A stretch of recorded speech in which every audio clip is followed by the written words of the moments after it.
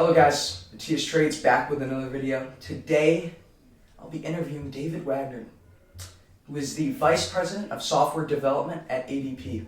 So David, how are you? I'm great, Matthias. Thanks for having me on your show. Thank you for being here. Hey, no problem. I'm a big fan, watching all the episodes, multiple times sometimes. It's awesome. So let's kick this off. And what were you interested in as a child that led to programming? Or software engineering, I should say. Wow, that's an interesting question. I can't really point to anything specifically. When I was a kid, I was into math and science. I still kind of like, I'm still into those things, and I think that's probably kind of cliche, but being interested in math and being, decent at it is always a good asset for getting into being engineering or a software developer. Mm-hmm. Yeah. So, you went to USC. A lot of kids in my generation are very anti-school or anti-college. How did school aid you in getting to where you are in your profession? Interesting question, because I didn't get into my profession in the sort of the traditional way where you go and get a degree in computer science or computer engineering or anything like that. My degree is actually in economics, which is actually a great subject if you want to come out of school with no practical skills for work. But you learn a lot about how to think about problems and how to problem solve and how to model. A lot of modeling, gets done when you study economics, like how to fit an equation to a real world problem or stuff like that. So I think you learn a lot about how to think, and I think that is helpful. To be honest, I had to teach myself everything after college as it relates to engineering. Mm-hmm. And I had to, it's back in the early to mid 90s, and I had to do a lot of reading because it wasn't, there was no Google, there was no Stack Overflow, there was no Bing. You had to get books, and they were expensive, and you had to read them, and then you had to practice. That's awesome. Looking back on everything you've done, so far in your career, or in your total life too, would you have done anything differently?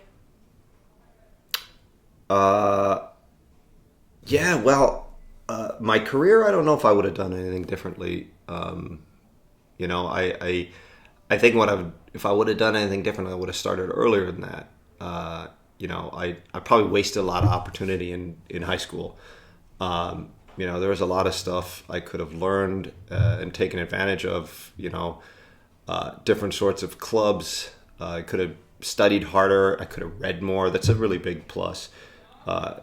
Reading, I never was a kid who naturally loved reading, and I kind of came to it late. I started to read after I got out of college a lot. I read a lot now, and I, if I could go back and change that, I'd start reading a lot earlier. So this is a similar question, but what is one thing you would have, told a younger version of yourself? Just one thing. I don't know if I can say just one thing, or a couple of things. Yeah. I think, I went to a small school in grade school, went to a bigger school in high school, but I was able to do pretty well without putting in a lot of work. But as you get out, as you kind of grow up, sort of the fishbowl gets bigger and bigger and bigger, and you realize there's a lot of talented people, really a lot of talented people out there who know a lot more than you do about a lot of things. And so I probably would have just tried to tell the younger me to, you got to start working hard. I work very hard now, and I have for decades. But I would have worked a lot harder, or tried to tell the younger me to work a lot harder, read a lot more from a younger age. I think that's really important, Okay, so before we move into the more specific programming questions, more about your career, I wanna go, do a little game. That is, it's gonna be. So this is what it's gonna be. 10 questions. Answer what comes to your mind right away. Okay. So you okay with that? I'll try. Yeah. So first off, favorite car, Corvette. favorite color, Green. favorite state, Virginia. Or California. favorite country you've been to. United States is the best. If you're talking about a foreign country, love Germany, love Austria, love Spain. If you could live in one place, where would you want to live? Well, Anywhere around. I've lived essentially my entire life in Los Angeles, so that probably answers that question. LA, even though there's a lot of great cities. I love DC. I love Munich. New York City's awesome, but a little bit too crowded. Austin. I love Austin, Texas. New Orleans, amazing. Favorite book? Oh, wow. I can't say I have a favorite book. I've read a lot of books over the years. I'll tell you one that I read that I really did enjoy, Thinking Fast and Slow by Daniel Kahneman. That's a great book. That's Favorite a really movie? good. Oh, wow. I would have said One Flew Over the Cuckoo's Nest. That used to be. But if I were to kind of bring it more current, I loved The Big Short. The Big Short was a fantastic movie. Really, really favorite, great. yeah. It's my favorite. Great My acting, favorite. great stories. You could connect with the characters. Favorite song? Oh, wow. I can't really say. It's probably something by Black Sabbath. So that concludes our 10 questions. You guys watching this interview now, probably most of you will be watching this sometime in the future. I'll probably have some interviews out. This is going to be a usual thing, in my structure, my interviews. So we're going to take a quick break, go over some stuff. We're get right back in. We're back. And now this is going to be the more specific, programming specific, engineering, career specific questions. So what was your very first programming language that you learned? The first one that I learned, I was a kid. I had a book had a bunch of games, code for games that you could program in BASIC back sometime in the 80s or something like that. I can't say I really knew how to program it. I just copied the programs from the books. I probably learned a tiny little bit as I went along the way. The first professional language was Fortran back in the mid-90s. So how was programming different back when you first started, compared to now? Well, it was a lot harder back then to learn. It wasn't, like I said earlier, there wasn't a Google, there wasn't a Stack Overflow. You couldn't just sort of find all this great information. I mean, right now you can go to YouTube and learn so many different things. So many different websites, so many super smart people out there putting out great content explaining how to do all sorts of really interesting and difficult problems.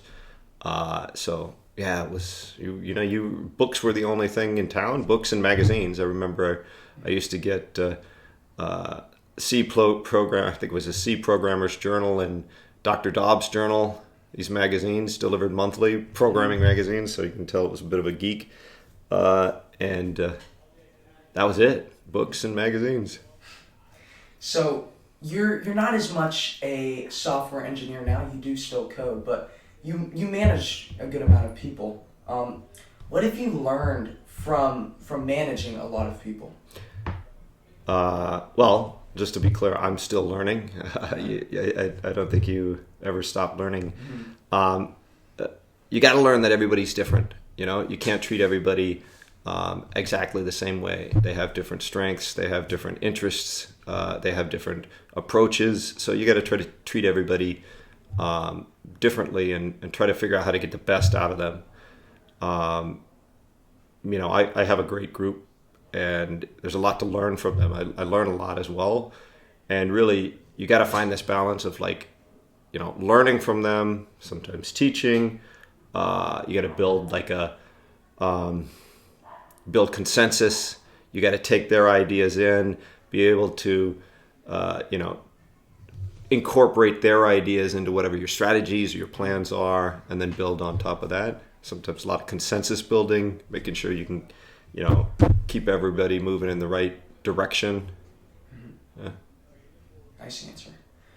Being someone that hires people, what distinguishes a candidate on their resume and in a job interview? That's a great question. Actually, all of these are great questions. One thing I would say, resumes can be really misleading. So I've hired guys who had fantastic resumes, like really great, and they really didn't turn out to be that fantastic.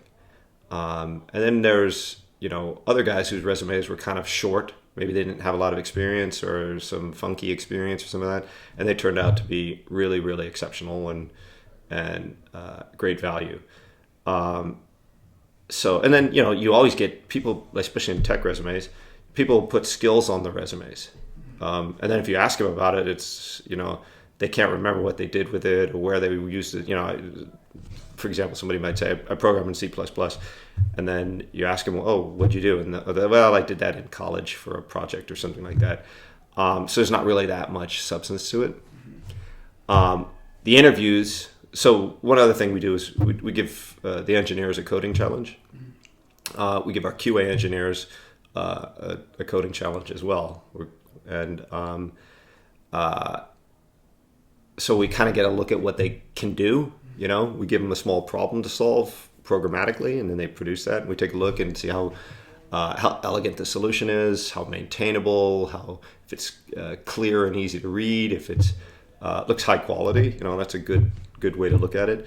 And then lastly, we typically do panel interviews, and I'm looking for really when I'm talking to somebody, I'm looking for two things, right? At a high level. Number one, I want to know if they've got the technical chops, right? So do they have the depth of technical knowledge, analytical skills, problem solving skills, right? So those kind of fall under this area of the technical area. And then more the people skills, right? Are they reliable? Are they trustworthy? Do they work hard? Like work ethic is super important. Can you count on them? Are they team oriented? So I kind of balance those two and try to get the best picture I could see. Mm-hmm.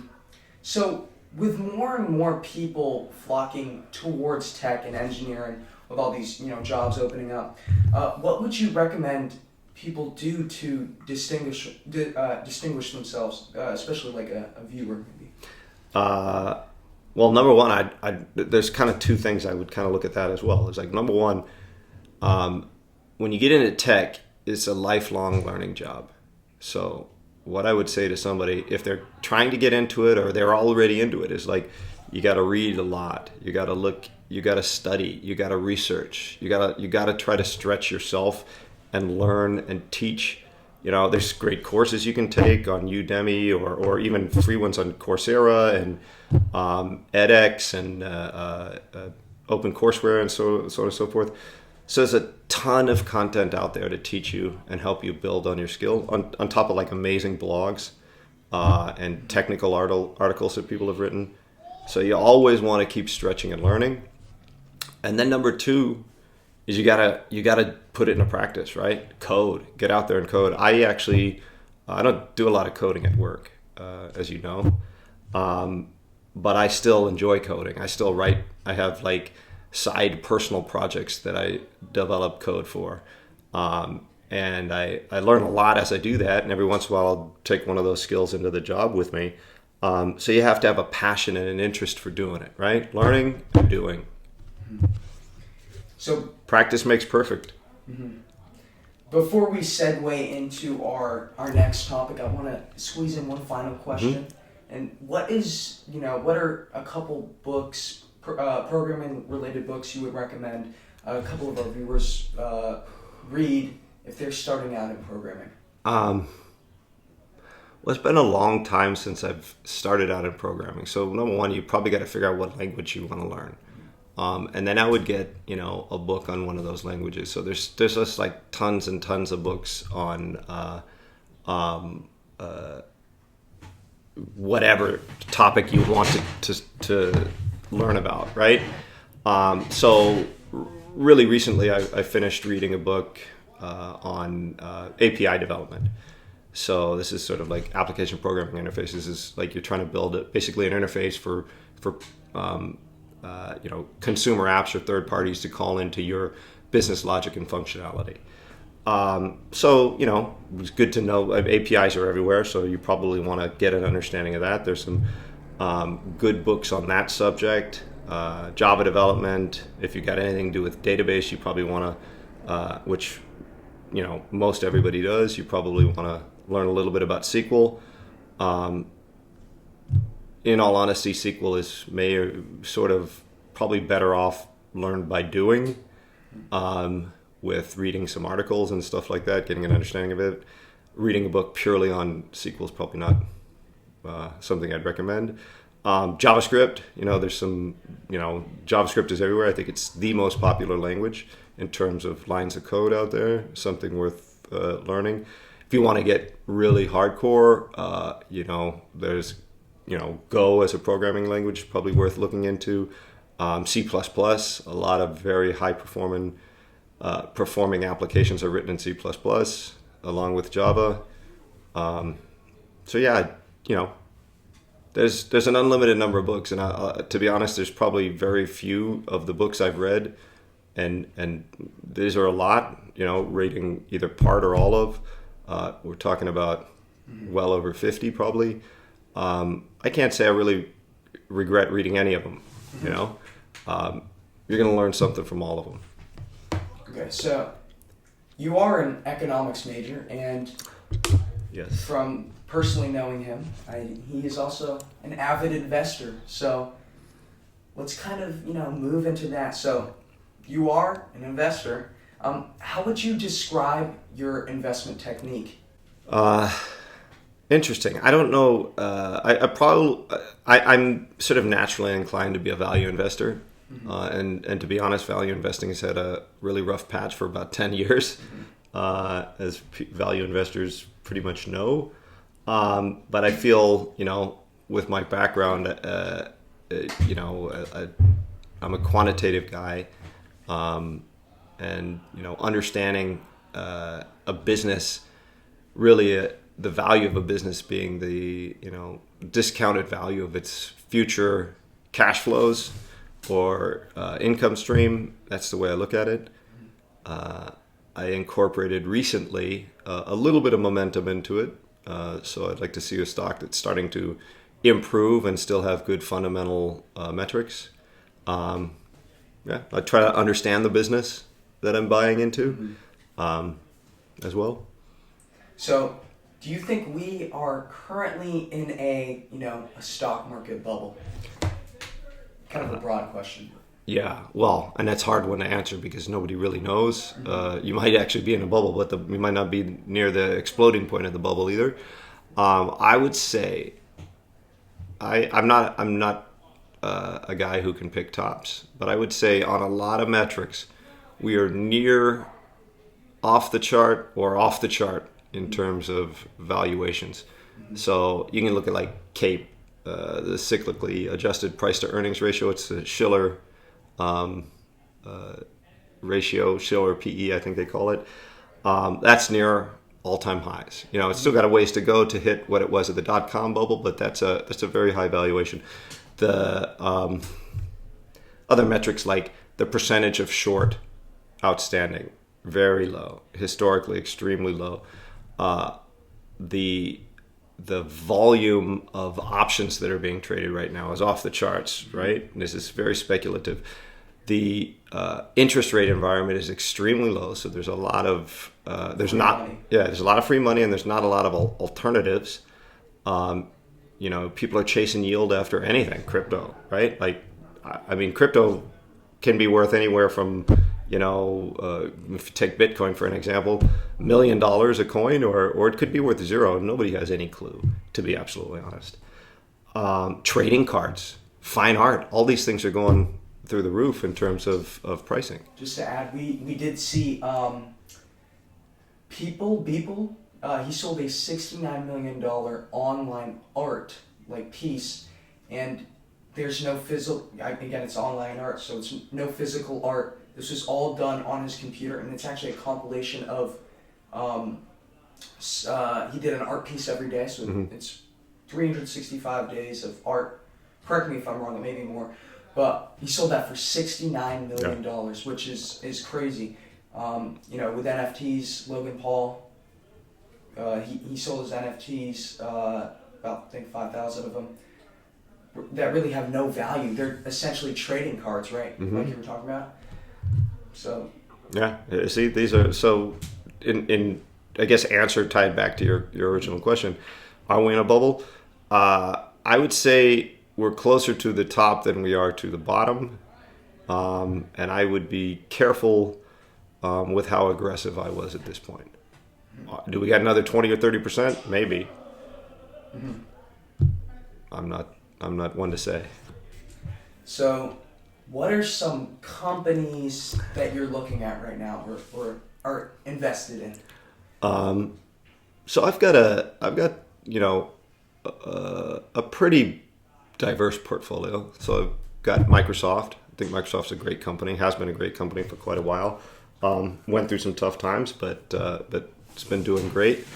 I have investment in a real estate investment trust that manages old folks' homes. I have some biotech firms, which aren't exactly value plays, which is my traditional bread and butter, but I have a certain way of looking and valuing a biotech, or at least trying to understand the value of a biotech. So I have a handful of those. I have a small regional bank in Los Angeles-based regional bank. I have a magazine publisher who also has a bunch of television stations. They have a bunch of magazines. People probably heard of them, a variety of different stocks. Yeah. So, first of all, David, thank you for being here. Thank you for having me. Thank you, Matthias. This was great. Awesome experience. This is the very first interviewee, the very first person. So this is not only a memorable moment for me, but it's going to be a memorable moment for our viewers, and I hope you guys, gained even just a little bit of knowledge from this interview. That's the goal. So thank you guys.